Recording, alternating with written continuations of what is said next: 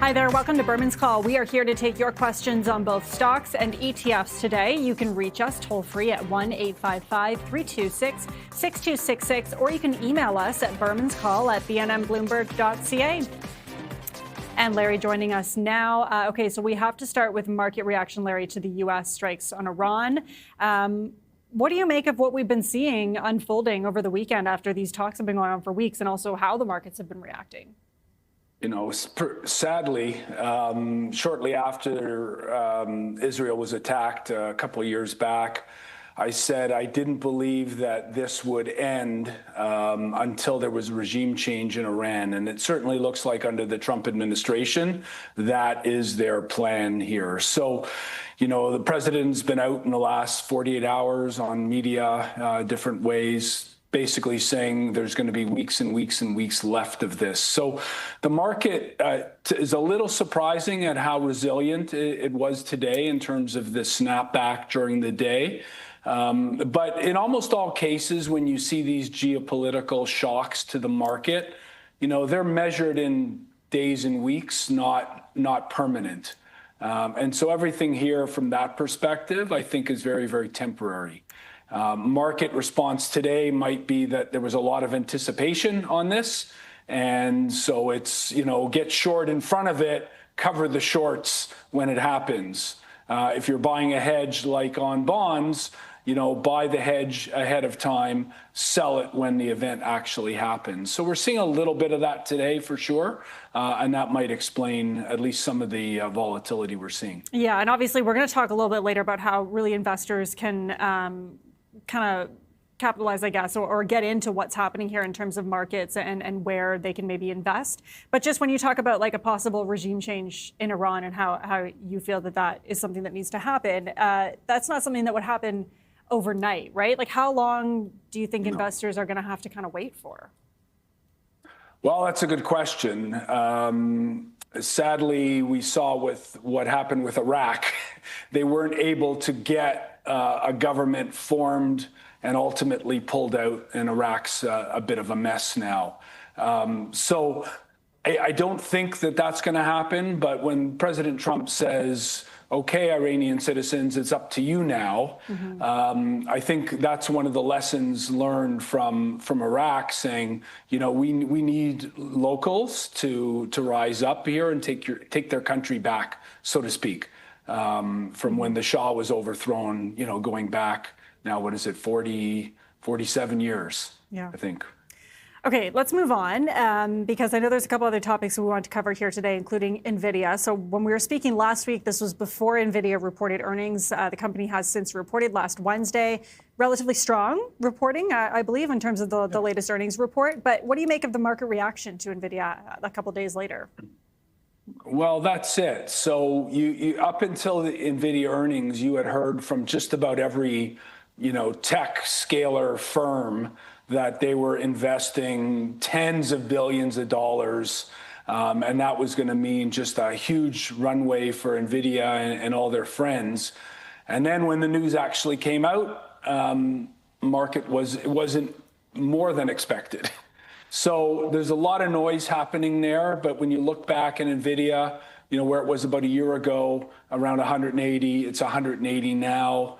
And this is what I talk about, where you just got to be careful when stuff gets fully priced or very expensive, that it's not a great entry time to get into the stock. Again, could draw a line back there roughly about a year, and you can see that Nvidia has not really changed from a year ago after the massive run-up it had, you know, leading into that explosion of capex. So it was a lot of discounting. And that happens in everything, whether it's geopolitical things or earnings for a niche company. And so it tells you the market's probably in more of a pause mode than it is a continuation rally. But when we look at the equal weight S&P 500, the average stock in the U.S. is doing quite well this year, and actually, as of last Friday, made new highs. Yeah, which isn't the case for the big tech names. For sure. Okay, we're going to take a quick break right now. Coming up, though, we'll get to your phone calls and emails. And here's the number again. There's still time to give us a call with your questions on ETFs and large cap stocks. We'll be back in a moment.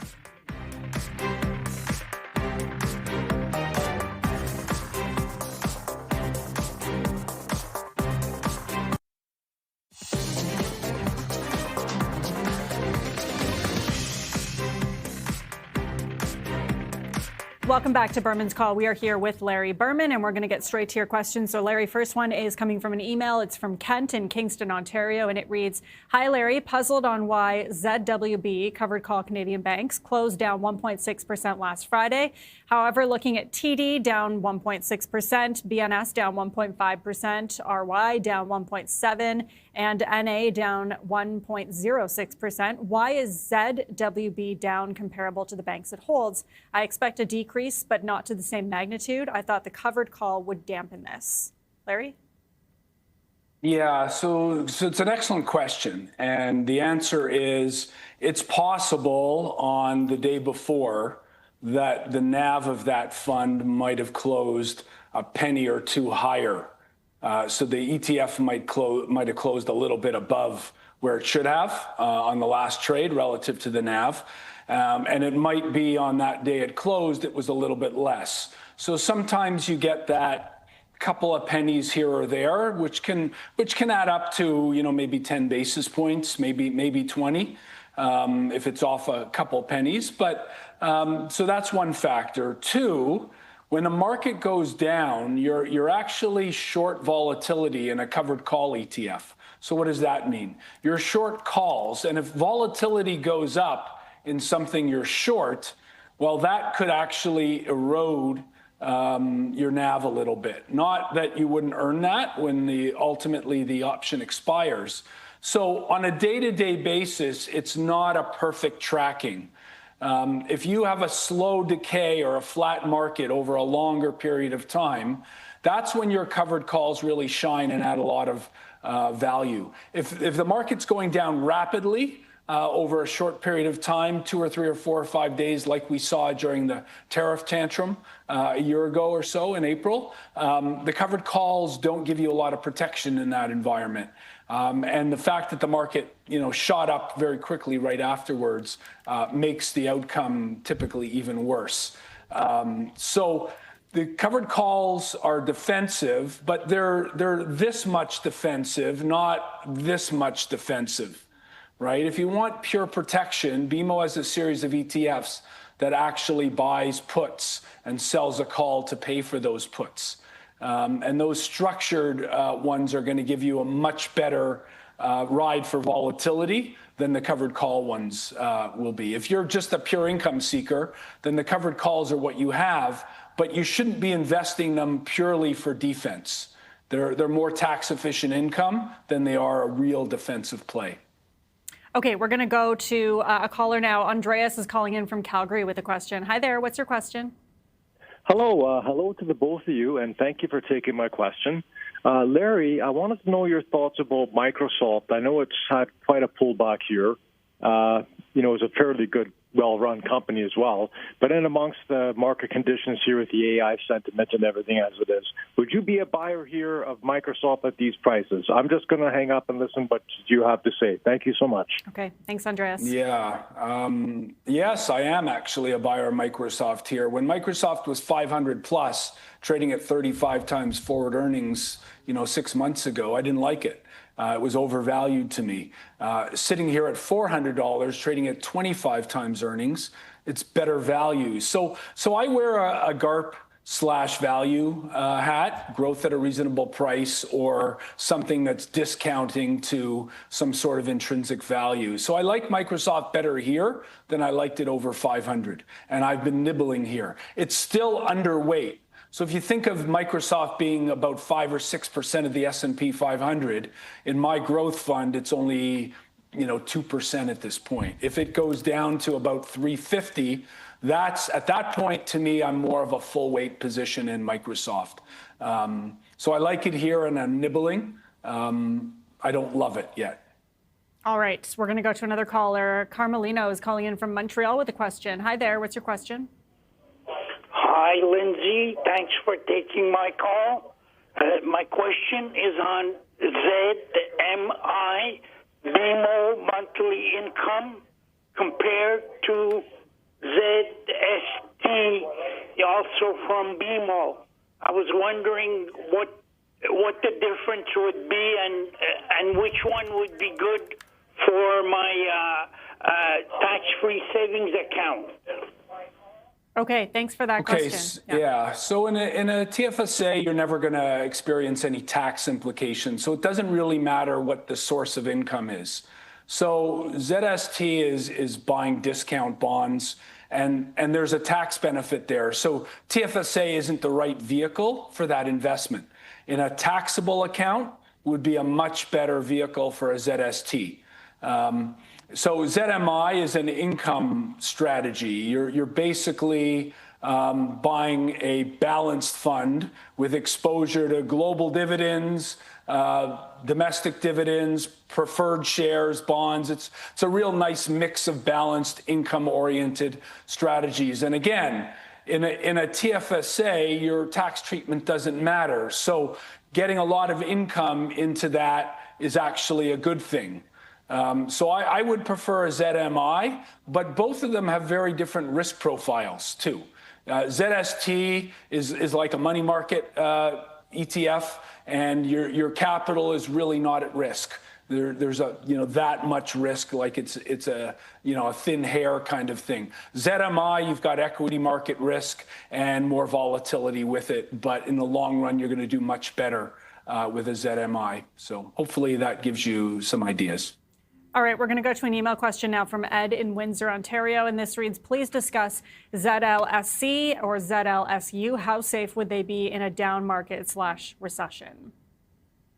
Yeah, so this is a good one. So this is a BMO. Well, when it starts with a Z, it's a BMO. Long short Canada, long short US. So this is Bank of Montreal finding some of the best names they like on their buy side and some of the names that they don't like on the sell side, and creating kind of a strategy. I think on average, it's net long about 50%. So it's lower risk overall than markets, lower volatility, and they do that by either holding cash or shorting stocks that they think are overvalued. And that's how they're run. And I like them a lot for, again, more defensive investments. So how is it going to do if the markets do terrible? Well, it is net long. So in all likelihood, it goes down, but it goes down less. And I'm not sure if we can show a chart of those and compare it to, the TSX overall. So, for the Canadian version of that, when the TSX sells off, it'll go down more. But when the TSX rallies, it's likely to go up more. In the long run, if BMO's picking good shorts and good longs, it should have a better longer-term experience. But there's not enough history yet to really know. We've got to go through 5 or 10 years to see if that strategy is going to deliver a better total absolute return than just being, long the TSX 300 index. Okay, yeah, and we don't have those charts, so apologies for that, Larry. But we're going to move on to our next caller. Sam is calling in from Kingston with a question. Hi, Sam. Yeah, thank you very much for taking my call. Larry, I have a question regarding ZUCM. Could you please share your thoughts about how it's structured? Because I'm using it for my rainy day funds, 3 to 4 months of rainy day funds. Thank you. Okay, thank you. Yeah, again, BMO's got a number of different, we'll call cash management solutions. And this one basically is holding laddered T-bills. And so very, very safe in terms of its structure overall. And I would say that, you don't need to worry about it. But this is U.S. money market, not a Canadian money market. So I would think that. So that you're making the assumption that you want to be in U.S. dollars long term. And this is a good vehicle to deliver that U.S. dollar return for Canadians who may be snowbirds and need that income in a safe way. So I like the strategy. I think it's a good money market solution for American dollars. Okay, we've got another email question, this one coming in from Chris, and it says, what will happen in general to the returns on covered call ETFs if there is a significant drop in the market? Yeah, so this is a similar question to the other one that we got earlier in the show, where they're talking about the covered call exposure not protecting them as much. So here's the rule of thumb. If it's a very dramatic, acute move down, so think COVID, when the market fell 30% over a couple of weeks. Think the tariff tantrum when the market fell 20% over a couple of days.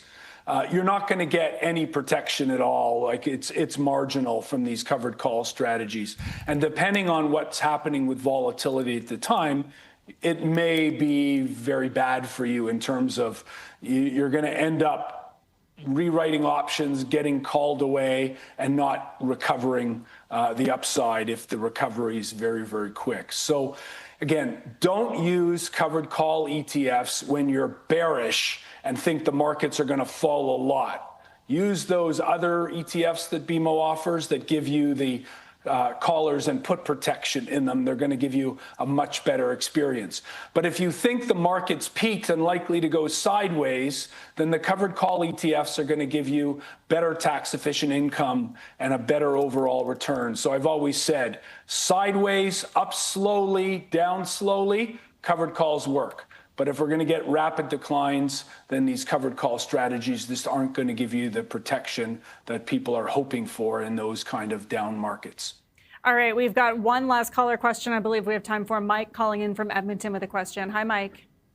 Hi, Larry. Big fan of yours here. I want to talk about gold here. With the world instability, I want to know if you could buy gold right now and ride it out for the short while, or get into like a Franco-Nevada, a very well broad company, but that's very high. So I'm just wondering either or, right? Yeah. So holding gold bullion is going to be more defensive. If you want to be there, holding gold bullion is going to be more defensive after this rally.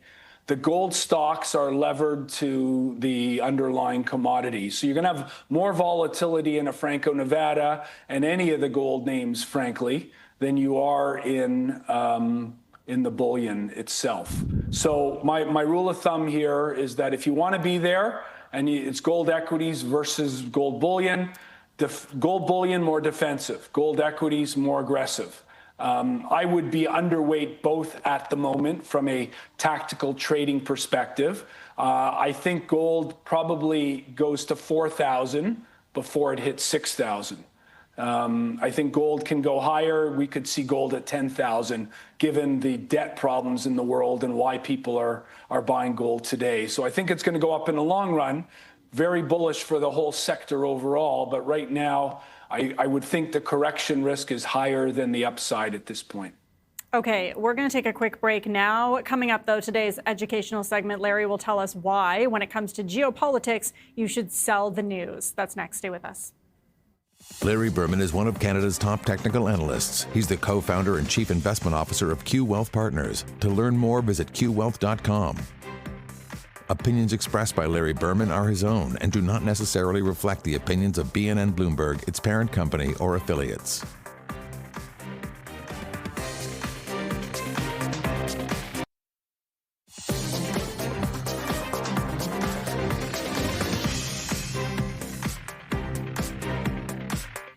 Welcome back to Berman's Call. We are here, of course, with Larry Berman, and it's time for Larry's educational segment. So, Larry, I'll let you take it away.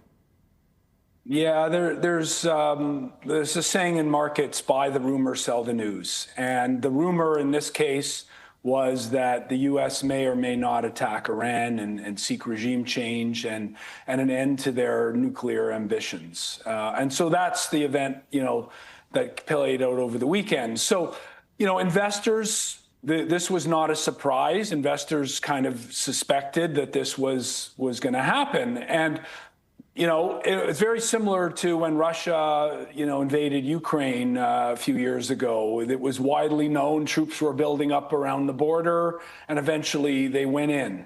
What wasn't known, for example, was COVID. The impact to the world. Although as that became known, it started to get priced into the market. So some of these geopolitical events matter. They can matter for long periods of time. But generally speaking, around wars, they're very, very short-lived in terms of their impact. It's going to be rare that there's a permanent takeout of world oil supply. Now, it was thought during the Russia invasion that they would sanction Russia and all of a sudden Russia couldn't distribute. But Russia is 10 or 11 million barrels of oil a day. where Iran is 5 million. So the magnitude, is half. Point being here that markets anticipate this stuff and they price it in well in advance. So, for example, oil had a huge run up. We had seen oil get into the $100 plus range coming out of the GFC. You remember oil prices in early 2010, 11, 12 were well into the hundreds of dollars a barrel. Remember, the Canadian dollar was at a premium to the US back then. So when we look at it, all of a sudden fracking came into the US, new supply, and markets tanked. So if we go look at this chart here that I prepared, this is the energy sector ETFs that track the Canadian market. So that the State Street one there is the US XLE, and the blue one there is the XEG for Canada. These are the total returns. So on average, over this look back window, going back to the end of 2013 when the fracking boom first hit, you've made an average of 5% a year.